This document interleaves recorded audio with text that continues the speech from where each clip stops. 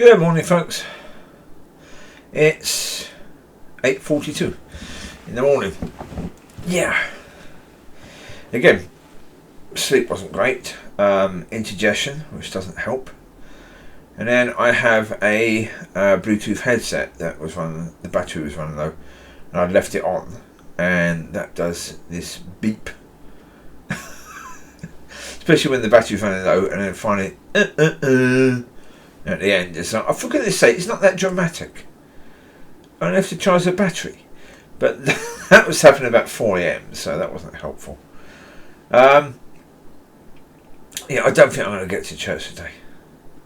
Well, because the way mornings happen is every blinking morning. I get up, within an hour of being up, I need to lay down, because I don't wake up very well. And to say I'm not a good morning person at all is an understatement of fact. Because I always thought it was the case that having breakfast was the thing that made me tired. It isn't. Because yesterday I didn't have breakfast early. I had breakfast about lunchtime. But still, an hour after getting up, I had to lay down and try and get rid of the worst of the tiredness. And then I had breakfast afterwards, and I wasn't tired after having breakfast at all. See, I always thought it was the case that having food made me tired. It doesn't.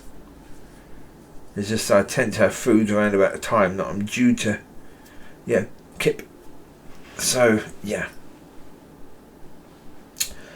So, normally if I want to go to church, I've got to get up about 7 in order to have breakfast, have a kip, then have plenty of coffee so I can be awake enough for the service.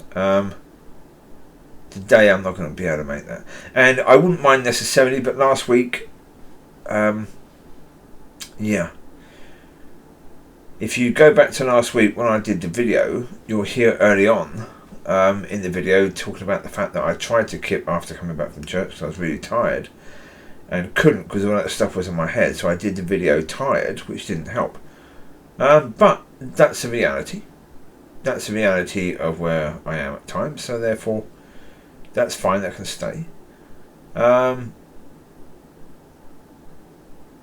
also, I mean, if we put a bit of context into that video again, you have to also add to that point that what I saw in the service was added to by the fact that, as I say, I got up early that morning.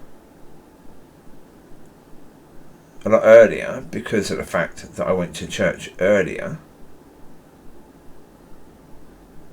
To offer to pray for the church or to be there to pray for the church. And then was quite rudely told I should leave.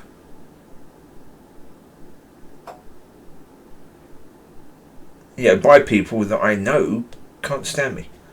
And it's like, okay. My initial response to them saying that is, okay, I won't be coming back today. But then I really felt God was saying, no, go back. But my mood when I left there, after going to pray for the church, was, according to scripture, that if people don't want you, then shake the dust off your feet. And do not return. Certainly in that day, me understanding the point that, I got up early to do this, and for me that's that's something which is, if I get up early to do anything, that's going to have quite an impact on the next day or two. So that didn't help in any way, shape or form. But again, I'm not having to go at people in that because they weren't to know that. However, they were to know that really if someone comes in to pray for the church and they haven't necessarily spoken to the leader, thank them for coming in first. Thank them for making the effort to come in and pray for your church. Do that first before you basically show them the door. I mean, that's a reasonable thing to do, don't you think? Yeah, I think so. Then again, let's just focus on what I do wrong. Okay. And then again, people saying that I'm trying to force people to reject me. I'm not forcing. You chose very, very quickly to focus on what I do wrong. Yeah, people in that church chose very, very quickly to focus on what I do wrong, or what they perceive that I do wrong. I didn't need to force anyone to do that. They were very, very, very, very, very, very, very, very, very, very ready to do that. Yeah, there was no forcing in any way, shape or form. No. But there you go. Yeah. Yeah. And, you know, it is very much a case where I talked the other day about, yesterday, problem, reaction, solution. I said to the pastor that we've had the problem and the reaction. But we're waiting for the solution. Well, the solution is always Father. Father, there's no other solution but, yeah.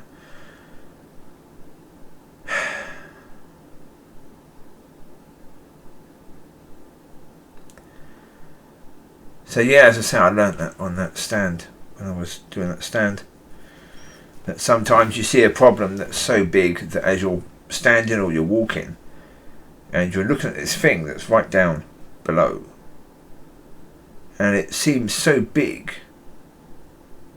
that you're focusing on it so much that you fall into it. And when you fall into it, that's when you get the reaction. That's when you get that extreme reaction. Yeah. Well, because for me, to be honest, I don't really care where people are. Not particularly, because I know it's not where you are, it's where you end up that's going to be the most important factor.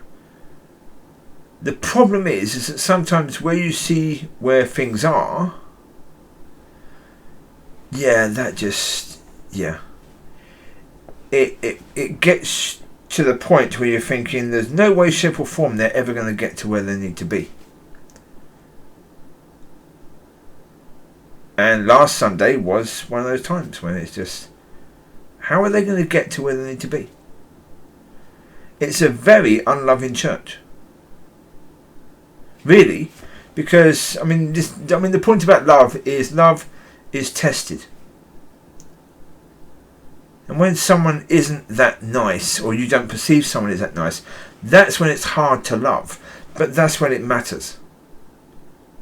When I first went in that church, I was told, oh no, you won't get that treatment here. And inwardly I was saying, yeah, right. Because in every church you do. That's how people are. Well, again, for me,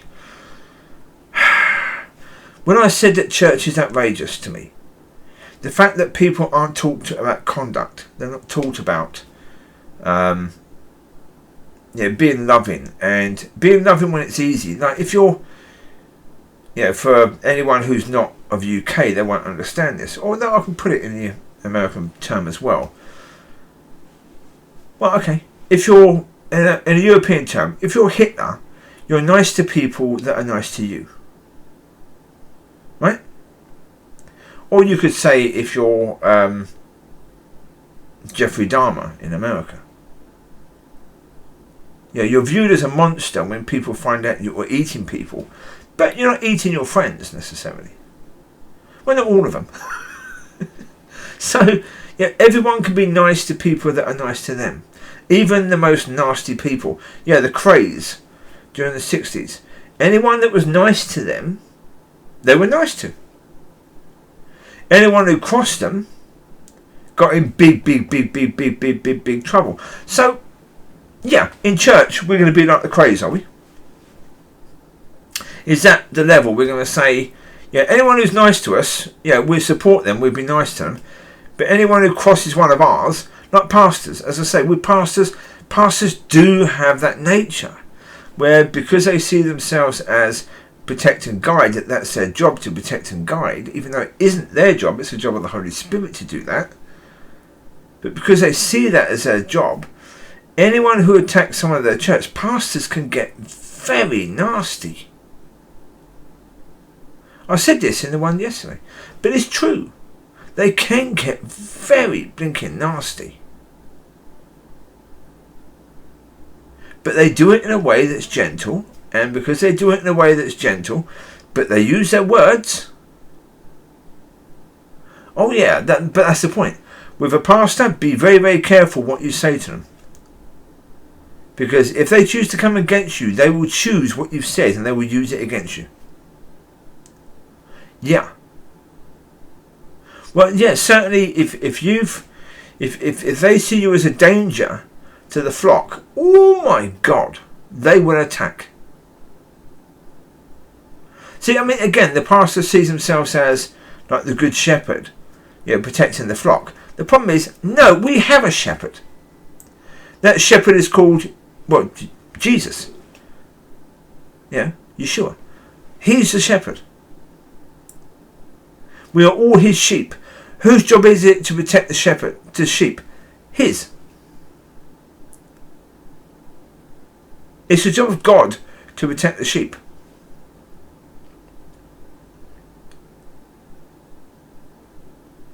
Yeah? Yes, is it the job for the pastor to tend to the sheep? Yes, but that's got nothing to do with protect and guide. That's the job of God to do that. But yeah. Again, I understand.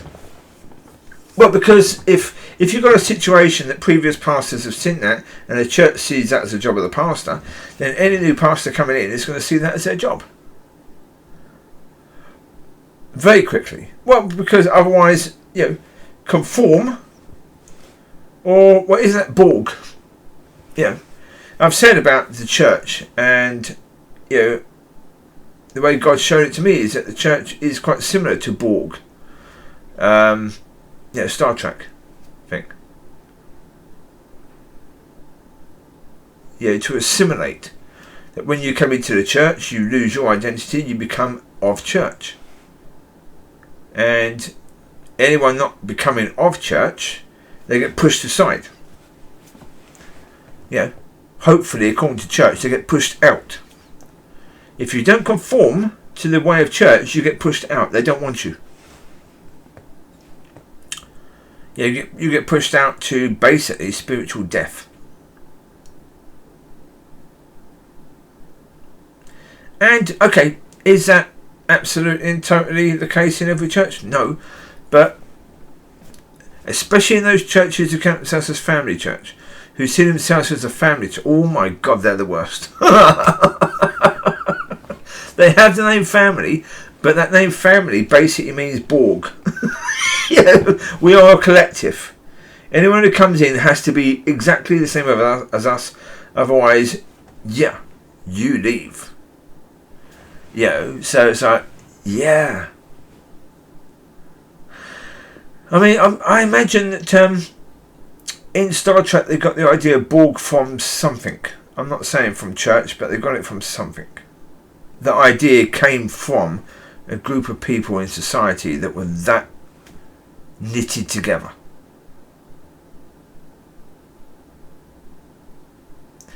But that type that would assimilate people. Now, I can't think of any other type in society that would do that necessarily. I suppose the women's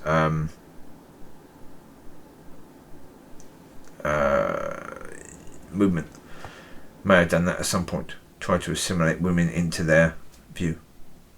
Maybe. Well, certainly now it's the case very much. Any woman who stands up against women's rights and that sort of stuff, and what the women are now saying, they get attacked very quickly. So they get, you're not really a woman, is what they get told. Now, so, well, no, she is. She's still a woman. She might say things you don't agree with, but biologically she's still a woman. So you can't really take that away from her. Anyway, so, it is a case that where things are isn't that horrendous. Not for God. No. But it can seem so sometimes. It can. And if your base is like my base, where church is horrendous all the time, then it doesn't take much to push you to the point where, yeah, it becomes even more outrageous. And so, yeah. But again, this is where when people are going to therefore critique, they need to critique with some degree of understanding. Well, it's not when I critique. I have to critique with whatever degree of understanding is available to me. Yeah. And it's like, where the pastor said what I should have done, I should have spoken to the person who preached. There wasn't any opportunity to do so. I can maybe wait a month until there was finally an opportunity where, because it is a case with him and with other people, the offer has been sort of there that, okay, if you want to meet for a coffee or something, we can do so.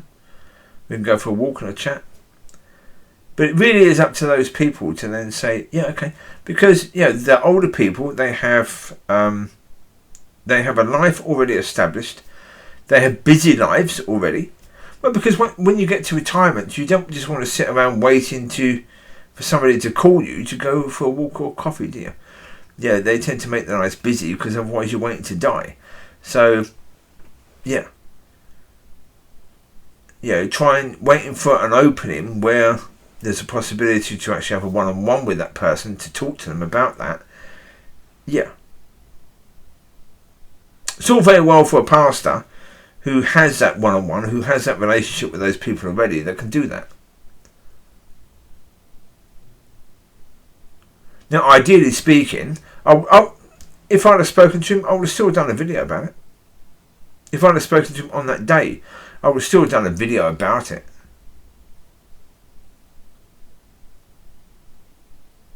But I would have done a video including the conversation that we had, or the way that conversation went.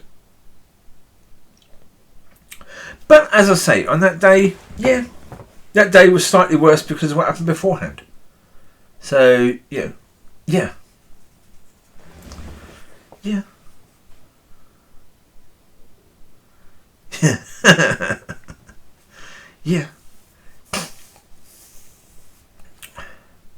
But as I say, that's where understanding comes in. But yeah.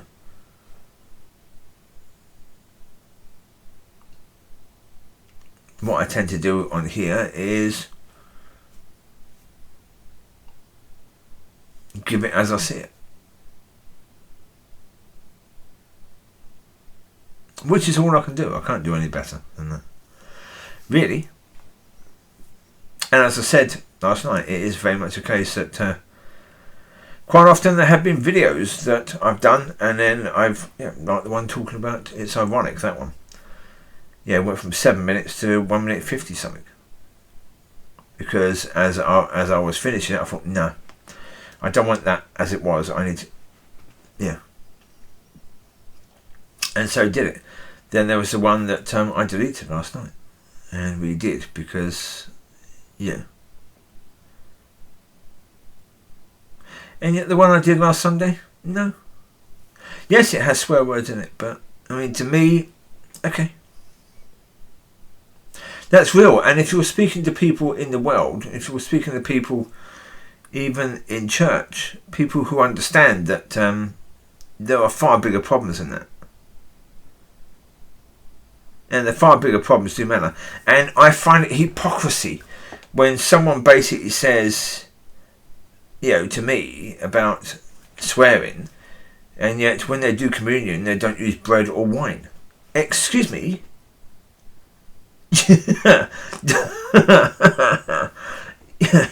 You think that the Lord is happy with what you're doing with communion? Are you kidding me? The Lord who said, when you come together in remembrance of me, do this. And he was talking about do what he was doing. When you take the bread and when you take the wine. But you're saying, well, we're not going to take bread, we're not going to take wine, but we're going to pretend we're doing this according to you. And the Lord's saying, oh, well done. Yeah? That's okay, but me swearing isn't. Really? Yeah, no. Sorry, no. Yeah, I don't think that's okay somehow. Yeah. Yeah. Well, especially when you're deciding that you're going to do communion every week. It's like, really? Okay. That's fine. Most churches just do that. Yeah, when they're dishonouring the Lord by doing communion not the way that He said, they do that sort of once a month. You do it every week. So you dishonour the Lord every week. Okay. Yeah. Yeah. Well, it's like on Tuesday, it came up about taking the Lord's name in vain. Well, doesn't this happen all the time? I mean, on a much, much bigger scale. Because when people do songs in the name of the Lord, but then they do communion like that, they do ministry like, last week, they clap that and say that's good. Yeah, they're basically in tears talking about the mental health situation and praying that God will take back the city. And yet that ends. As soon as that prayer meeting ends, their concern for that ends. Well, isn't that taking His name in vain? Really? You're using His name just on a temporary thing that, and I'm going to be very, very careful here, that could come across that you're just pretending that these things matter. Now, am I saying that people are just pretending? No, because I really do think that these things matter to people. The problem is they don't know how to do anything about it. I think that's the reality. I just don't think they know how to go from caring about it to actually, from a Christian point of view, from caring about it to allowing your light to shine in the darkness to a degree that people can be helped. Because that's the thing, isn't it, really? That's the thing that they would sort of want to do, but they just don't know how. And again, that to me is outrageous. Absolutely outrageous. That someone could be in a church for that long and yet not know how. Because the Lord talks about the light, and we're supposed to be a light in the darkness, that we're not supposed to be putting lampshades on and covering up that light. And yet the church has completely and utterly covered up the light. To the point where people completely forget that we're supposed to be light or how to be light. Yeah. But that's why I say, sometimes when you look at that, then it makes the idea that they can get to the destination it seems impossible. It could just seem impossible. And that is really not good in any way, shape or form. Because, for example, whether these people have been, any church, whether people in churches have been absolutely beautiful to me, that's not the point. They don't have to be. They are human beings. They are people who have, come forward in a meeting. They've desired to have God in their life and to give their life to God. But in most counts, they've never been taught how to really give their life to God. They've never been taught how to walk. And that to me is That's the most horrendous, outrageous thing about church.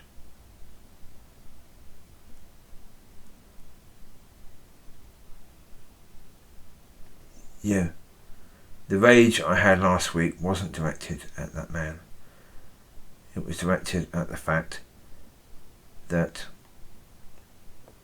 there doesn't seem to be a desire to be led by the Holy Spirit. Yeshua said, I send you a helper. And the church has said, no thanks.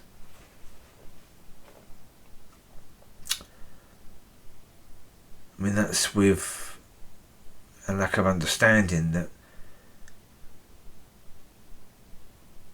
the Lord fully understood that with what he left, that would not be enough. That we needed so much more help. That he came to do a job, but the job of leading and protecting his people would be down to the Holy Spirit. And so he said, I've sent you a helper. And the people have said, oh, don't worry, we're capable. We can do it. We can do it. Yeah. But that's why I say that the problem with not looking back, with not being prepared to look back and look at the evidence of fruit, is that you don't see that for 20 years people have been trying to do this. They've been more trying to do things according to man.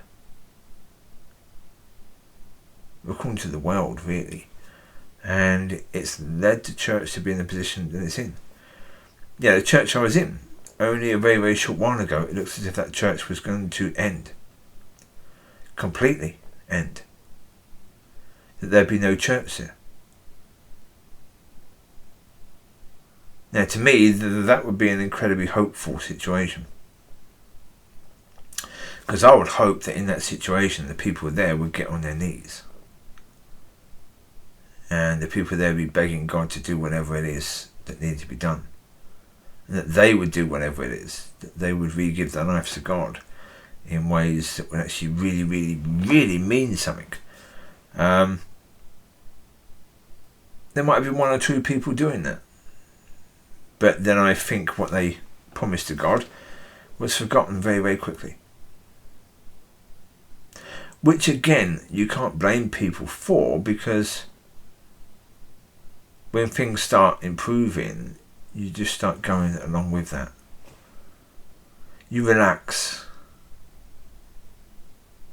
From being unrelaxed. You relax, and when you relax, you can let all that stuff go, even the stuff that really matters.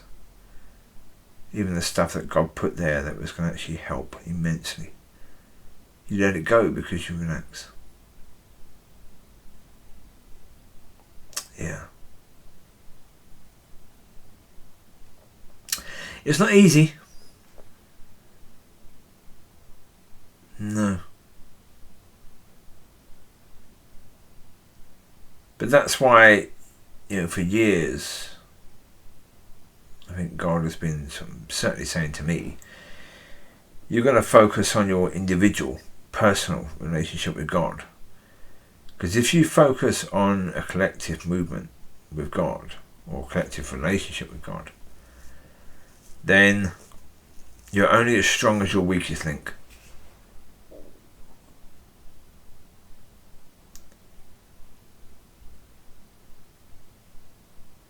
And if it's about church, it's not about personal relationship with God, then there has to be an agreement to move forward. And that's a bad position to be in. Well, I mean, I've been around Baptist churches where, well, I mentioned before, you had the Baptist church in Boscombe was a church that had been a church planter. They planted the one in Bournemouth. Now, the one in Bournemouth for years went without a leader because the people had a vote. And they couldn't vote for a leader. Yeah. Because as votes would go, I'm not sure what the vote has to be to actually bring in a leader. It could be 75%. But they never got to whatever that level was.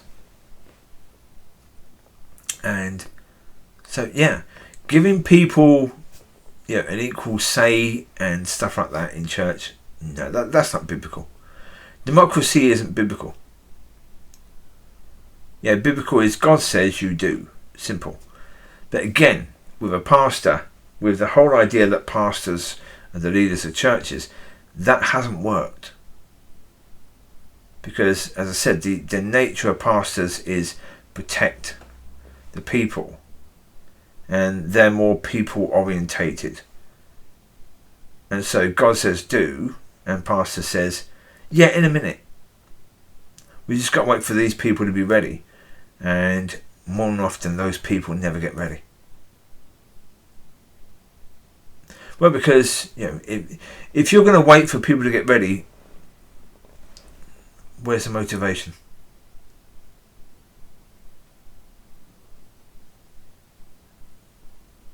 So, yeah, there's an awful lot of things that can explain why we are where we are. Yeah, but I certainly think if you're not willing to look at why we are where we are,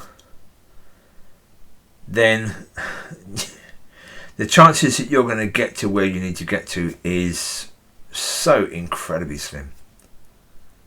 Really is so incredibly slim, because there are reasons why, and if we don't deal with that stuff going forwards, we're only going to get in the same mess again, aren't we? Or certain churches will. And there will be churches, I mean, if what God has told me is true, and the way forward, churches will look differently, but there's a lot of churches that I think they can do it the same way they were doing it before, and it won't work. They will die as churches. Those churches will collapse, and the people will be left wandering. Yeah, so yeah, we have to learn. We have to learn whatever lessons we have to learn from the past. We have to learn that's the reality. That's individual and that's church. Because if church is going to be a collective, then collectively we have to learn. So yeah. But doing that's not an easy thing to do, is it? As I said, it's not an easy thing to do. To look back and to see that we were wrong. That's not easy in any way, shape or form. I'm not going to say it is, because it isn't. Anyway, I'm going to have breakfast now. So, yes. In the description of this video, there's loads of songs. Pick a few out and there's your worship. Okay. There you go. Yeah. So for anyone else who couldn't get to church, if this is going to be what you're listening to, pick some of the songs out, there's your worship. Father, bless them now. In your precious holy name, your will be done. Amen. Right, you take care. God bless. I'll speak to you soon. Have a wonderful week ahead, and yeah, take care. Bye-bye.